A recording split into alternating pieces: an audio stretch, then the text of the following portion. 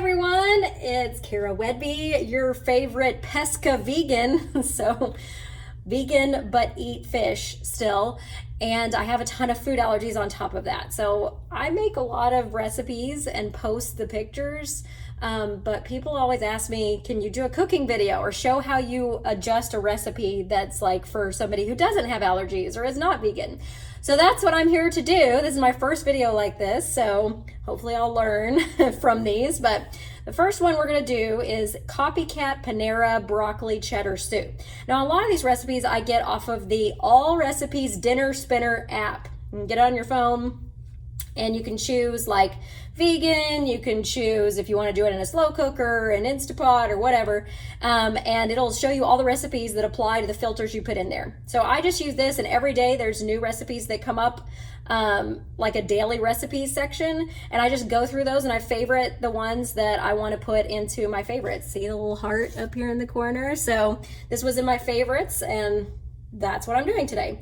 So obviously, if it's going to be vegan and gluten-free, because I'm also allergic to gluten, then we're not going to use everything that's in this recipe, or we're going to substitute it. So that's what I do to a recipe. So we're going to talk about it. I'll put a link to this actual recipe in the notes for this video, so you can see what it actually was, and if you want to use it the way it was intended to be used, go ahead. So I'm going to modify it for myself.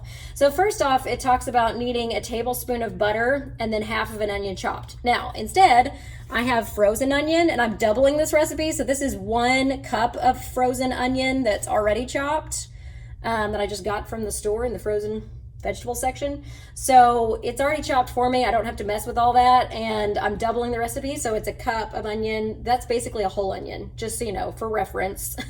If it says half of a cup or half of an onion, it's half a cup of onion chopped. If it says 1 full onion, this is about a medium full onion. So that's what we're gonna do. Now first, I'm using an Instapot to do this. It actually wants you to do it on the stove. So that's another thing I'm adjusting for this recipe. But pretty much anything that could be done on a stove can be done in an Instapot. So I'm going to do that. And then also it wants me to use the butter and soften the onions in the butter, which if I was going to do that, like if this was a real onion that I had just chopped up and not a frozen one, then I would put it on saute, and I would put the butter in there and saute it until it's soft.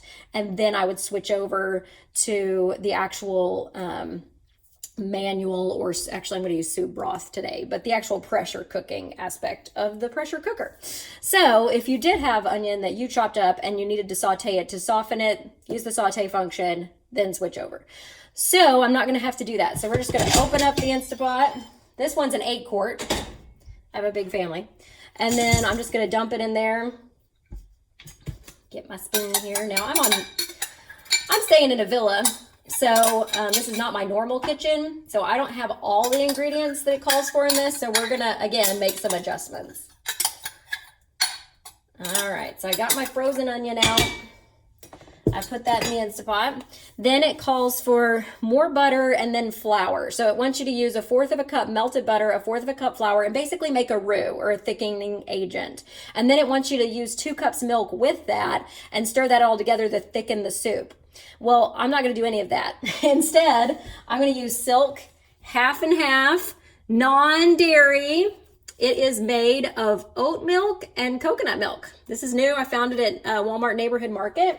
So it's vegan, and that's what I'm going to use instead. But since it is a milk product, or a dairy sort of product, and we don't want it to curdle because it actually whips up like real dairy, I'm not going to put that in the Instapot until it's done cooking. So that's going to be later. We're not doing milk right now. Okay, so the next thing it asks for is 2 cups chicken stock. But again, I'm doubling this recipe.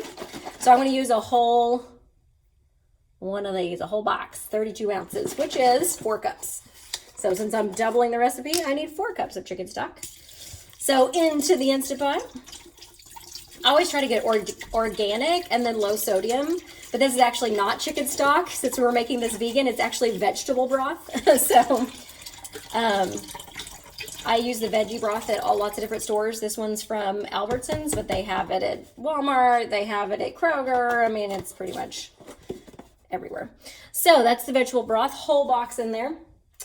Then we're gonna do It calls for 1.5 cups coarsely chopped broccoli florets. I always have the frozen broccoli. I'm not going to spend my time chopping up broccoli. It's frozen. It's organic. We're dumping it in. And I doubled the recipe, so this is probably more than 1.5 cups or whatever it asks for.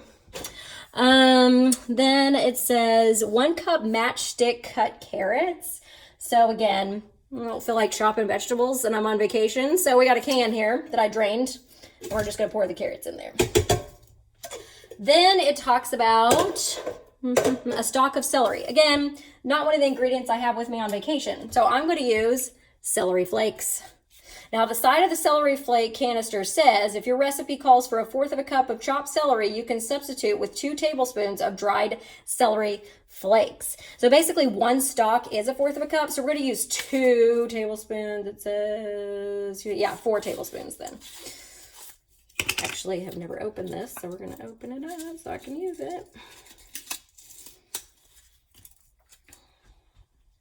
I'm all about making this easier on myself instead of having to chop stuff up. All right, so we're going to do 4 tablespoons here of celery flakes. 3, 4. All right. I'm sure Panera's like, that's not our recipe, but we're adjusting it for allergies, for vegan, etc. All right, and then it says 2.5 cups shredded sharp cheddar cheese. We'll talk about that later when we get to the milk dairy portion of this, or non-dairy as it be. So in the Instapot here, I'm not going to put the cheese and stuff in the pressure cooking section of this thing. So next it calls for salt and ground black pepper. So it doesn't give an amount. So I'm gonna shake a couple of shakes of pepper around here, and then salt, a couple rounds, and then I'll taste it at the end, and if I need some more, I'll add it. But I also kind of like to add garlic to everything, so I've got some organic garlic powder, and about 1/8 teaspoon organic garlic powder equals a clove of garlic, so it just depends on how much you want, but a little goes a long way in garlic powder. So I put that in there, and that's what I'm actually going to pressure cook. So let me just kind of stir it up a little bit. I want to make sure the spices get down into the liquid and the frozen vegetables.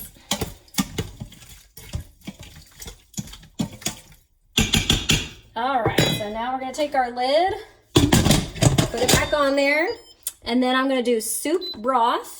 And it's normal. We don't have anything in there that's thick, like potatoes, that's going to take a long time to cook. So it just sets it on normal heat for like 10 minutes. So that's what we're doing. Just if you've never used an Instapot before, this kind of threw me the first time. It says on, and it does it just as soon as you set what you want to do and you set the time. It just automatically says on and it goes. There's nothing you have to push. There's no start button. Okay, so it just automatically does it. So now it says on, it's going to heat up. It's going to build up the pressure inside the pressure cooker. I have it set on sealing. So when I'm done, I'll probably do a quick release because it's not going to take that long to cook what's in there. So I'll probably do a quick release and then of the pressure. And then when that's done, I'll start adding, when it's on the keep warm function, I'll start adding the other stuff, the non-dairy half and half and the non-dairy cheese and stuff. So we'll talk about all of that when this part's done. All right, so the pressure cooker timer went off, and now it's on keep warm, and I have pushed the seal all the way to vent, and that's what you hear. It's releasing the steam. So when it's done, we'll put in the non-dairy dairy ingredients. All right, so the venting has stopped. So now we're going to open it up. But be careful, because it is hot, steamy. Oh, it's looking nice. All of the broccoli florets are nice and soft now. I hope you can see that. Yeah. All right. It smells really good too. Wish we had smell-o-vision. So the next thing that I'm going to put in here now is the non-dairy dairy stuff, because there's no need for it to pressure cook. It would not work. So the first of that is, it says 2 cups milk, and then it had, remember it had the flour and the butter mixture to make it thicker. Instead of messing with all that, we're just going to use this whole thing. So it's the Silk non-dairy, dairy-free, half and half, made of oat milk and coconut milk. It's 32 ounces. That's 4 cups. So since I'm doubling the recipe, that's how much we need. So it says shake well. I'm shaking it. All right, now I'm going to dump it in here.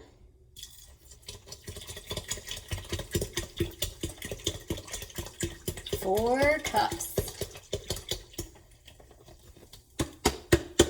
You can also use coconut cream if you want to use that. Also, there is a Silk non-dairy whipping cream that I've used before. I actually used it all up, so that's why I brought the half and half with me. But I would have used that, like half of that and half of this maybe, just to make it a little thicker since I didn't use the flour mixture. All right, the next milk-like thing it calls for is 2.5 cups shredded cheddar cheese. So that would be almost 5 cups. Now listen, even though this says this is the Go Veggie, plant-based, non-dairy, gluten-free Mexican shreds. So that's what we're gonna use. I got this at Walmart Neighborhood Market. Same place I got this. So what I do with this is, even though it says it's only 8 ounces, which would technically be a cup, a bag of this is roughly 2 to 2.5 cups when you pour it out into a cup measure. So we're dumping the whole thing in there. It's already going to be thick with that, but we're not done yet. Since I'm doubling this recipe, I like to get, and Walmart Neighborhood Market has this too, I like to get the Daya deliciously dairy-free macaroni and cheese boxes. Okay, so they're like macaroni and cheese because it's not really cheese. It's their Daya version of nacho cheese, but they give you these nacho cheese packs in there. So I buy the boxes. It's gluten-free pasta, but it's only 8 ounces of it. So I use that pasta in other recipes that call for less pasta, like a soup that has noodles in it. And then I use the nacho cheese packets for things like this to make it thicker and creamier and cheesier. It's non-dairy. And then I use the bacon from the bacon bits that they have, the Daya fake bacon, in other recipes that call for bacon. So we're gonna squeeze this in here. I want you to see what it looks like. See, it's like nacho cheese. So we're gonna squeeze in this non-dairy nacho cheese pack from the Daya mac and cheese box. And I just save them all and use up all the nacho cheese separately from the other ingredients in the box. Basically pillage that box. So, but it can be used in a ton of recipes. I don't need it just to be mac and cheese. I can do that on my own. So, but I love this cheese packet and use it for other recipes. So for this broccoli and cheese soup, I think it'll be the perfect consistency and color. So that's what we're using there. Now I'm going to mix it all up. So this, so you can see this, the Instant Pot is still on the keep warm function. So now it says L, I think, for low, and then it's been going for like 11 minutes now on keep warm. So that's all we really need to melt this cheese and to melt the nacho cheese that I just put in there, because it's still pretty warm.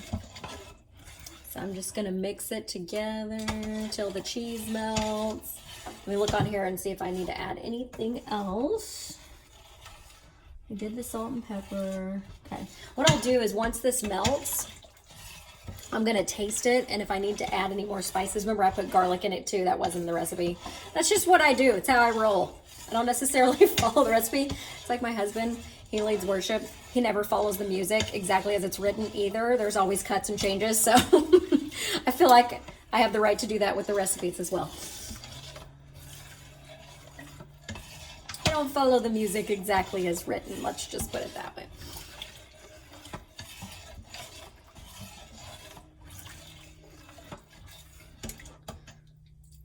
All right, it's almost completely melted.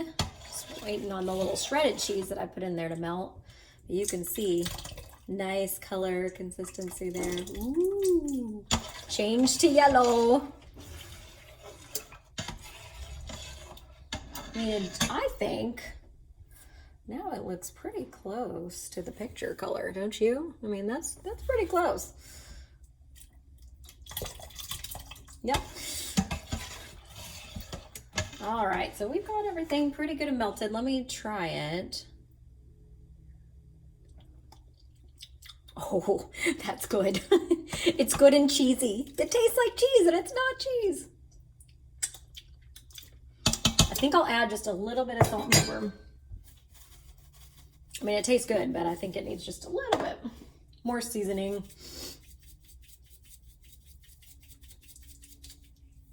All right, let me stir that up.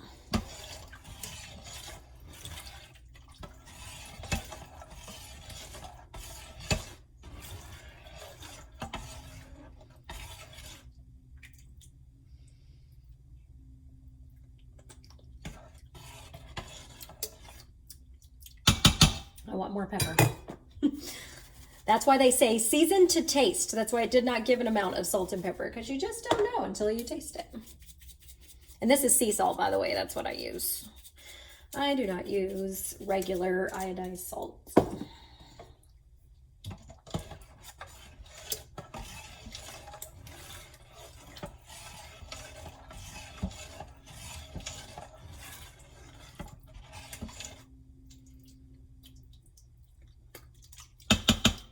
All right, we're done.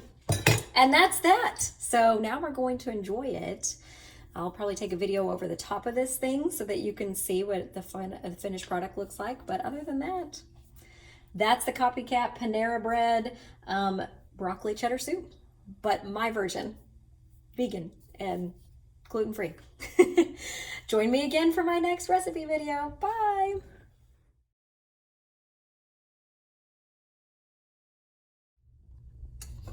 All right, this is the finished product. Copycat Panera bread, vegan version of their broccoli cheddar soup. Not too shabby, and it tastes really good too. Thanks for watching, you guys. Bye.